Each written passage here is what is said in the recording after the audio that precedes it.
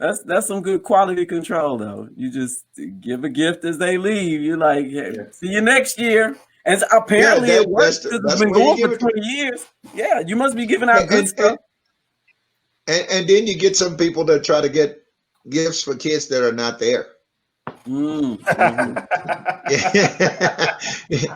but little Kiki is back at the house. Oh, that's hilarious! You always, but it's all in fun. They don't realize that we try to do the best we can for the kids that are invited, and that's why we have to limit, what we give out, and where we can make sure everybody got what they need. It's just going to be so important this year. One thing that has been overlooked is the mental health of the children as they've gone through this, because they're not allowed to say what's on their mind. Sometimes saying what's on their mind can get them hurt. So they've been locked up, and we've experienced that the virtual learning is very, very hard for most children. Sitting there watching that computer screen, not just watching the screen. It takes some focus to watch the screen, and then you need some focus to discern what the teacher is talking about. So we wound up like doing an educational pod at my community center where we got us an outdoor tent and distance. We selected 6 students that were attending the community center, and they got to go virtually to school, but at the community center, outdoors, under the trees, in the fresh sunshine, practicing social distancing and all that. So it's been extra hard on the kids this year. So that's why we're really making that special plea for anyone who's, even if you never thought about giving, we need you to give this year so that we can try to give some sense of normalcy to the year before it goes out. And what a greater time to do it than around the time that we commemorate and celebrate Christmas. So that's why we do that. So thank you guys so much for inviting me. I'm enjoying it. Yeah, I appreciate it. We appreciate it. And for anybody listening, please check out the Jingle Bell Jam. You set this Saturday. Yeah, it's gonna be live streamed on YouTube, Instagram, and Facebook on Sunday, December the 20th at noon. And we're still accepting toys right up until the program, because we want to make sure. Now, I know with most programs, you'd have enough people working for you and being paid and taking money out of the donations and getting paid for it to be able to tell you how many toys we've got thus far and what our goal is. Well, our goal is 800 toys. And so far, we had a group of people that normally would have been giving out toys on their own. They call a Christmas toy group. And they donated all 200 of their toys and their time this year to Jingle Bell Jam. So we know we got 200 toys. We got a donation from Walmart of $1,000. But when you try to give the type toys that we give, not the dollar store toys, then it takes a little change to do it. Can I take this time to thank some of the people that helped me with Jingle Bell Jam? Absolutely. Yeah. Absolutely. Okay. So one company that has been with us through it all is, believe it or not, Frenchie's Chicken. Frenchie's Chicken provides 500 hot dogs for us each year from the Frenchie's Meat Packing Company. And Mr. Percy Crusoe over there, we want to thank him. We want to thank Texas Southern University. He's not there anymore, Dr. Austin Lane, but we do want to thank Mr. Dominique Calhoun, who's in the Office of Government Affairs. Thank you. Thank St. John's United Methodist Church. My church, they contribute to it every year, and they've contributed this year also the Bread of Life, which is their CDC there at the church. Kroger, HEB, formerly on OST and Scott Street. Let's see who else. HEB, Kroger's, the Kroger Market in Montrose. We previously had Aramark, and we want to thank the gentleman over at A Rocket Moving and Storage for helping us out. And we want to thank you especially for showing enough interest to have me on this program. And if there's any sponsor that I forgot, Hardy's Produce. If there's any sponsor that I forgot, please excuse me. It's not that your donation is being overlooked. Is that an old guy, 66 years old, sometimes can't remember without making notes. But I thank you, everybody that's ever been, everybody that's ever supported us. Thank you, guys. And I hope that this is something that can continue perpetually. And I hope that our community can start supporting it where we don't have to hold our hands out to communities other than our own, have our own Christmas program for our own kids. And eventually we want to get it where any child can come to Jingle Bell Jam, where we don't have to select 500 children, where we can get enough sponsors, where we can get the venue and just fill the venue up by giving out tickets to the kids. So we want to be able to do that one day, and we know that, and I hope and pray that we get there. Thank you so much for having me. I am overjoyed. Let me show you. And I'm praying for you, and I thank you, and I love funny people. You guys are funny, and I thank you for letting me be part of that, because humor is like medicine. It's good for the soul. So thank you for being comedians, and I'm proud of you, and hopefully I can make you proud of me as we try to make this a successful Jingle Bell Jam this year. We cut to a doctor's office. Excuse me, Mr. Amici. After doing some research with our nurses, what we discovered is you had extremely low dopamines, which is a chemical in your brain that makes you a little happy and all that stuff. So what I'm going to prescribe for you is 2 tickets to the Improv. I have a special stand-up coming up tonight. Her name is TNA. She's been on tour. And I want you to go watch every single show of hers and then come right back next week. And then we're going to do some more labs and see if we got that dopamine up. I don't get any medications or nothing. I just get 2 tickets to a comedy show. Absolutely. That is your medication. Okay. I mean, I could give you something more expensive. I have some notepads too. I can draw you up some. Your insurance didn't look like it took a lot of the medications that I could give you. So I gave you, buy one. Are they one also free tickets to other comedy shows, or what medications do you have?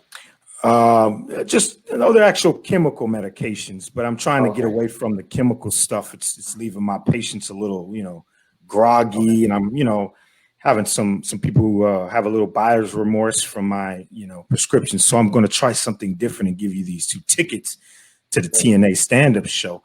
You do have to buy 2 drinks with those tickets, but that's nothing. It'll help. I'm still going to be a little groggy. Is what you're saying. Well, hopefully you're laughing and you're not as groggy from the drinks, but you don't have to drink the drinks. Just go to the show, come back next week for another appointment, and we'll check to see if it worked. All right. Okay. Do you have any other questions or anything before I let you? She's not gonna roast me or anything, is she? Well, roast comments going around. So I would. Maybe it's gonna be worse. That's all I'm saying. Well, technically, she is a little bit of a roast comic, and these seats are right at the front of the club. Don't worry about all of that. You'll still have fun. Just don't draw any attention to yourself, and you can laugh at anybody who she picks on. Okay. We cut to a parking lot. Oh, you got tickets to the TNA show too? Yeah. Oh, you're so lucky. She's so funny. Oh my gosh. I need comedy in my life, so it's good. Last time she came here, oh my gosh, she roasted everybody. It was absolutely hilarious. She roasted everyone? She roasted every single person in line here. Oh my gosh, we've been standing in line for like an hour and a half, and people were getting mad, and some people were like sweaty and angry, and she came in and boom, boom, boom. She just hit everybody, and we were all laughing and made waiting in this line all the better. Hey, y'all talk about TNA? Oh yeah. Yeah, she just got done roasting me right outside the bathroom, dog. It was crazy. Yeah, man, I blew it up in there, man. I didn't think nobody knew it. She opened that door up, and just start killing me, man. Just throwing all kinds of shots at me, man. I was wiping my butt and laughing at the same time, man. She funny, dog. She's hilarious. She's hilarious. Yeah. And you blew up the porta potty, man. You know that's the only place we got to go to the bathroom out here while we waiting this line.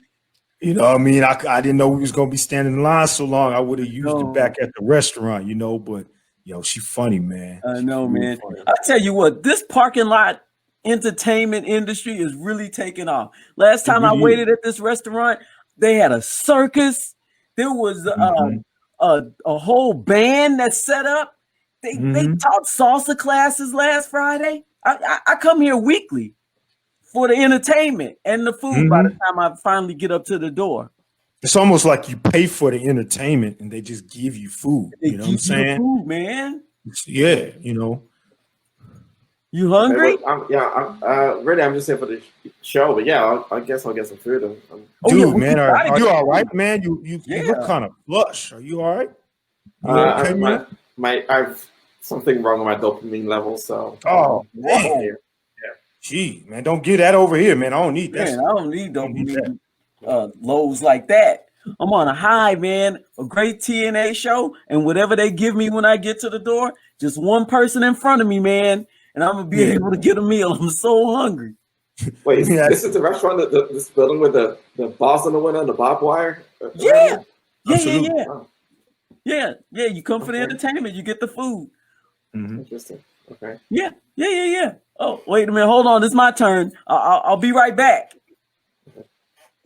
She's totally gonna get punched in the face in a few minutes, man. I'm telling you, man, it's gonna be hilarious. Hey, man, here's your food. Just take this bag, please. Okay. All right. Hold on. There's fish. It's like there's fish. I'm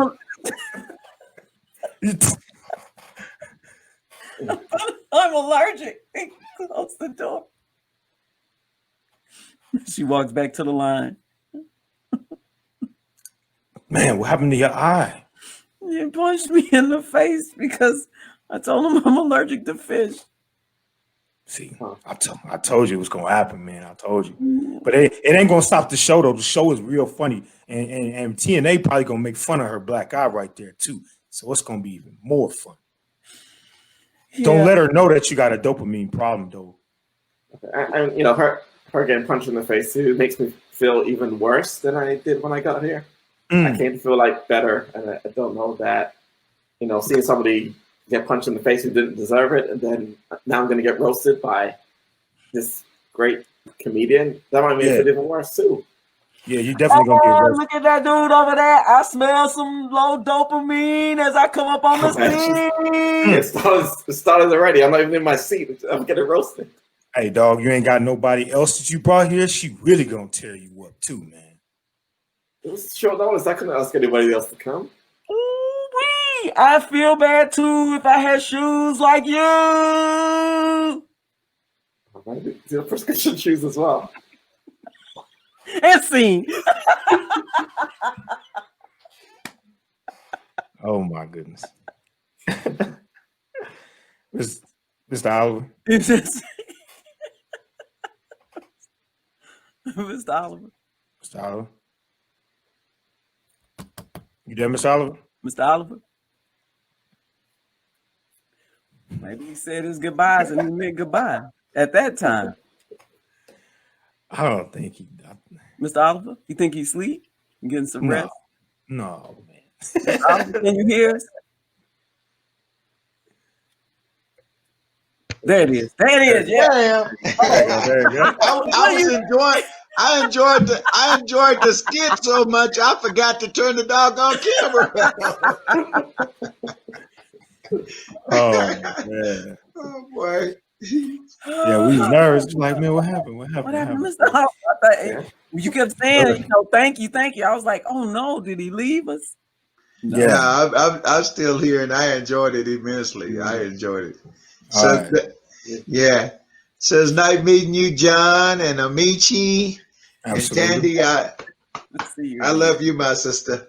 Absolutely. Right. And that's and as we get ready to close the Can't Tell Us Nothing show, we want to thank again from from the bottom of our hearts, man, we want to thank you, Mr. Oliver, for coming on and sharing the great work you're doing in Houston for all of the boys and girls of color. We truly understand like that work being needed. So whatever we need or whatever we can do to kind of help get those toys donated and the money raised to get that work done, we're going to put our best effort forward. And we're going to ask the people who listen to our podcast to put the best effort forward, and check out the Jingle Bell Jam on December 20th. That's a Sunday at 12 o'clock on YouTube, Instagram, and Facebook. Mr. Oliver, do you have any words you want to share to kind of pop? I just want to once again thank you guys for inviting me out. Once again, reach out to everybody and tell you to thank you if you have donated, and if you haven't, I appreciate it if you would. And it's all about Christmas, man. It's all about our kids having a smile on their face around Christmas time. So I want to remind everybody, if you want to donate to Jingle Bell Jam, you can go to jinglebelljam.com. Now that lets you know how long we've been doing it, because of that simple website, jinglebelljam.com. That means we was doing it on the internet when nobody else was doing it. So you can donate that way, or you can go to 1000 Men Empowerment Group. They have a link to that, and just believe me, everything that you give the Jingle Bell Jam goes to the toys for the little girls and boys. We don't get up on none of it. Even after Jingle Bell Jam is over, if we have toys left, and most of the time that's the way God works, man. You know, you biting your nails, you don't know if you don't get enough, and he'll give you overflow. So we overflow even after Jingle Bell Jam, all the way up to Christmas. Things ain't right until everything that has been donated to Jingle Bell Jam is in the hands of someone who needs it. So we appreciate y'all so much, and just thank you for this opportunity to be there. That's www.jinglebelljam.com. We love y'all, man. Thank you. All right. And Demetrius, anything you want to say to close it out? No, this is great. Thank you so much for being here. And yeah, let's hit that target. Let's get those presents to those kids. Get them kids. What about you, Tandy? Listen, I am so grateful for people like Mr. Oliver on this earth. I hope that you are having some kids raise their right hand and make a promise to Me too. move this forward. You know, pass it on when they grow up to do the same type of thing that you're doing, because there's so much. It's needed in our community, and we appreciate you so much for it. I would be remorse if I didn't say that her son, that young man, was so intelligent and impressed us so well. We call him not a congressman, the senator. That's senator. Senator. And I mean, he carries himself just like that, like a handsome African living in America. That's what I am, y'all. I'm not African American. I'm an African living in America.